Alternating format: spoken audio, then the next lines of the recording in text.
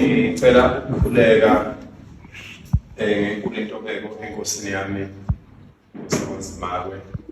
Ngithokoza kakhulu ukuqala empilweni yami ngeminyaka yo-46 ngiyaqala ukuzoxoxa kuleli izwe. Umlando-ke loyo ngane zakwethu. Ngiyathokoza kakhulu ukuthi inkosi ingicela ukuthi ngizohlala namadoda asesizweni sayo. Ngithokoza kakhulu kumphathi wohlelo. Ngibingelela abantwana baseNdlunkulu bala eNkosini uZimakwe. Ngibingelele iy'nduna zenkosi uZimakwe, abadidiyeli noNdunankulu. Ngibingelele iy'nduna zenkosi yami uShaba esuka lapho oShabeni. Akudingeki kuvulwa amafeni oShabeni, ushaya umoya nje. Ngibingelele ubaba uSigaxabagade, ngibingelele ubaba bami, ngibingelele mina insizwa zenkosi sanibonani.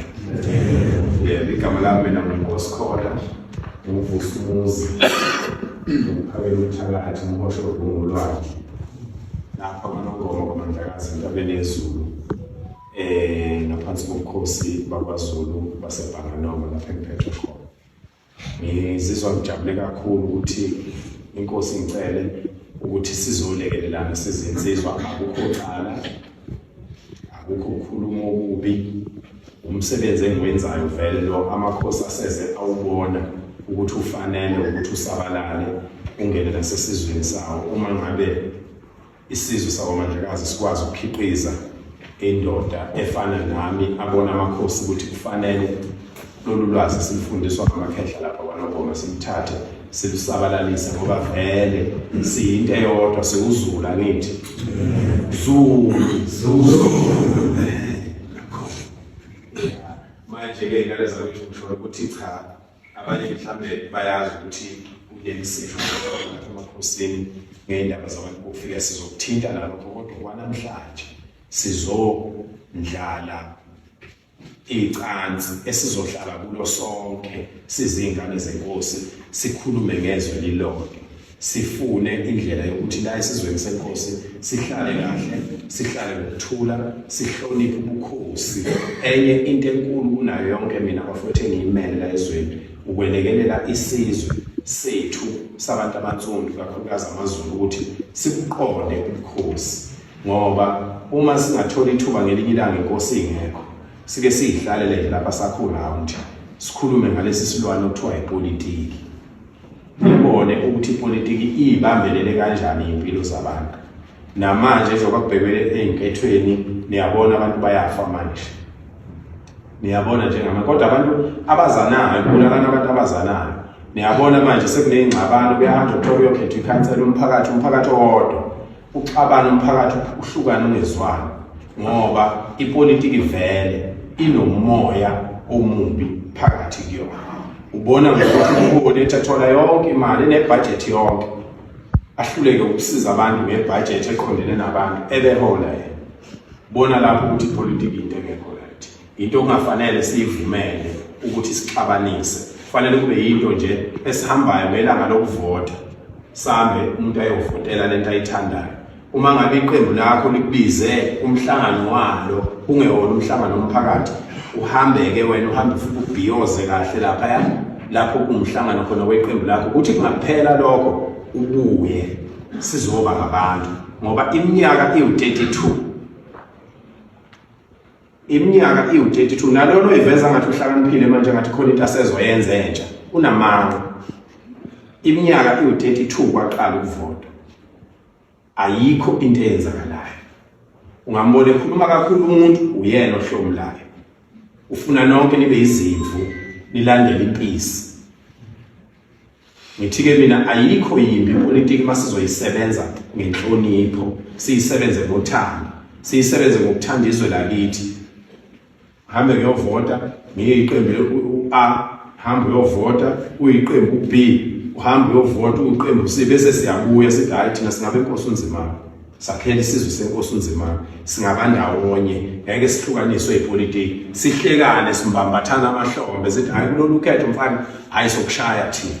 Nomunye athi kulolu khetho sokushaya thina, sihleka, hayi kufa abantu. Hayi ukuthi kufa abantu. Uyabona lokho kubhekwe enkethweni, khona ingane engasezukuba nayo ubaba kodwa kuthiwa kwenziwa into enhle ikhona into enhle ebulala abantu siyibukeni-ke ingane zakwethu lento yepolitiki njalo ke lapho engikhuluma khona ngiqale ngidlalele ngepolitiki ngoba abantu abayaziyo namhlanje ipolitiki ngaphezu kwamakhosi kodwa bakhe ey'ndaweni zamakhosi ipolitiki akazi benzele lutho inkosi yakunika indawo kodwa into oyithandayo nele engayazi inkosi ngisuke ngidlalela ukuthi uma sikhuluma nazi ukuthi angihambisani nepolitiki uma ngabe sizokhuluma lokho esizokhuluma uze ngomqondo wepolitiki la kulo mhlangano ehlisa umoya ngoba sisazophuma sishuthe la ngaphandle uzoshutha kanjani namphetho wepolitiki uzoshutha kanjani nami ngoba ngiyafuna ukushutha nani ngoba nezinsizwa ngidlala ukufika lapha ngifuna ukubeka umlando ukuthi ngafika phakathi kwey'nsizwa ngifuna ukubeka umlando ngikhombisa iy'ngane zami ade ngisebukhosini bakwanzimako ngihlangene nanazi iy'nsizwa manje uzoshutha kanjani na uphethwe ipolitiki ngoba umuntu wepolitiki uhlale ethukuthele vuka nje ekuseni ngo-5 ukuthukuthela umazi ebusuku wadelwa nobani umuntu wephushela ukhuphula uzuvuka uthukuthele ngempela iyiphi le mali ade uphupha uyiphethe ebusuku uma ukuthi uzovuka uthukuthele ngaphandle sesiphupha esibucosha imali ufumbethe kumele ukuthi uyaphaphama yikho manje-ke nalapho funa siwehlise umoya and futhi okunye okukhulu kunakho konke kufanele ukwenza uma uyindoda ufuna ube nenhliziyo enhle uma uyindoda ufuna ube nenhliziyo enhle yini indaba kufanele ube nenhliziyo enhle ingoba indoda kufanele ibe nesixazululo ngaso sonke isikhathi uma kunenkinga ngeke uze uxazulule unenhliziyo embi ngeke unexazululo unenhliziyo yobuthakathi ngeke uxazulule unenhliziyo yokuzonda abantu bangakini ufisa ngathi wena ungahlangana nabantu bangaleya uze uzoxabana nabantu bangakini noma uhlangane nabantu bakwezinye iy'ndawo uzoxhaphaza inkosi yakho noma isizwe sangakini ngeke ulungise lutho manje njalo so-ke ubukhosi-ke bafowethu mina iyona nto engikhuliswe ngayo iyona nto engiyibonile ukuthi uma singaba ngamadoda sonke silwele ukuthi ubukhosi abuqine ubukhosi sikweluleke sibeluse nabo ubukhosi ukuthi abuphazamiseki ngoba phela ubukhosi buphethwe amakhosi nawo abuye abe ngabantu ufika abantu eduze kwawo bezowaphazamisa igcina inkosi ingeyinhle kanti yenziwa ngamadoda aseduze kwayo sibuvikele ubukhosi sibe seduze nabo sibuthande sibonise lapha nalapha ukuthi hayi lapha besibona kanjena enkosini akushiwo ubeka umbono awusho ukuthi hayi inkosi hayi wena nkosi iyabhediyeke lento lena yenza ukuthi cha thiwe enkosini awu nkosi unzima-ke baba siyazi ukuthi inkosi ihlakaniphile siyazi inkosi yethu indala njengoba iyindala nje inkosi yethu indala inolwazi siyazi ukuthi inkosi angeke ifune yona ukuthi isizwe sayo sonakala kodwa njengey'ngane zakho nkosi siyakhuleka nkosi unzima-ke ingaba njani inkosi uma ingabuka kanje bese niyishiya ngoba anikwazi nokulinda ukuthi iphendule funa ninike ithuba icabange inkosi ilale iphuphe beyibonisa abadala besenilibiza ngelinye ilanga emva kwamasonto amabili izothi hayi ingane zami lento niyikhuluma ngiyayizwa kodwa uma uzothi enkosini hayi inkosi iyabheda yini umsebenzi wenkosi hawu akwenzi siyakuthola kwezinye indawo angisho ukuthi kwenzekala but sengixoxela ukuthi sizokhandisa indlalelo sizodlala isicephu la sizohlala khona kusuka manje kuya phambili njengoba eshile unduna ukuthi akusiwo umhlangano wokuqala wokugcina lo umhlangano wesendlalelo lo wokuzochaza ukuthi buyini ubukhosi kubaluleke ngani thina njengezakhamezi ezakhela inkosi ukuthi sikhethe yona kuqala sikhethe ubukhosi kuqala zonke lezi ezinye izinto zingene kahle ngaphansi kobukhosi ukuze zingasixabanisi ukuze mangabe kwenzeka zisixabanisa sibe nendawo yokubalekela ngaphezulu okubukhosi bethu ilokho ke bafethu okukhulu okufanele siqala sikhuluma sibe sizokhulumela phezulu kwakho. Yes, guys, Paolo Mtakati is right about the leaders being corrupt, and South Africa's intention to keep many South Africans unemployed and impoverished. Like there's someone who actually spoke some sense, right? He said that it's apparently 350. It's now apparently 370. He spoke about the fact that if you take that money, deprive the people of that money, and you multiply that money, don't give them just for 1 month. That's a whole lot of money.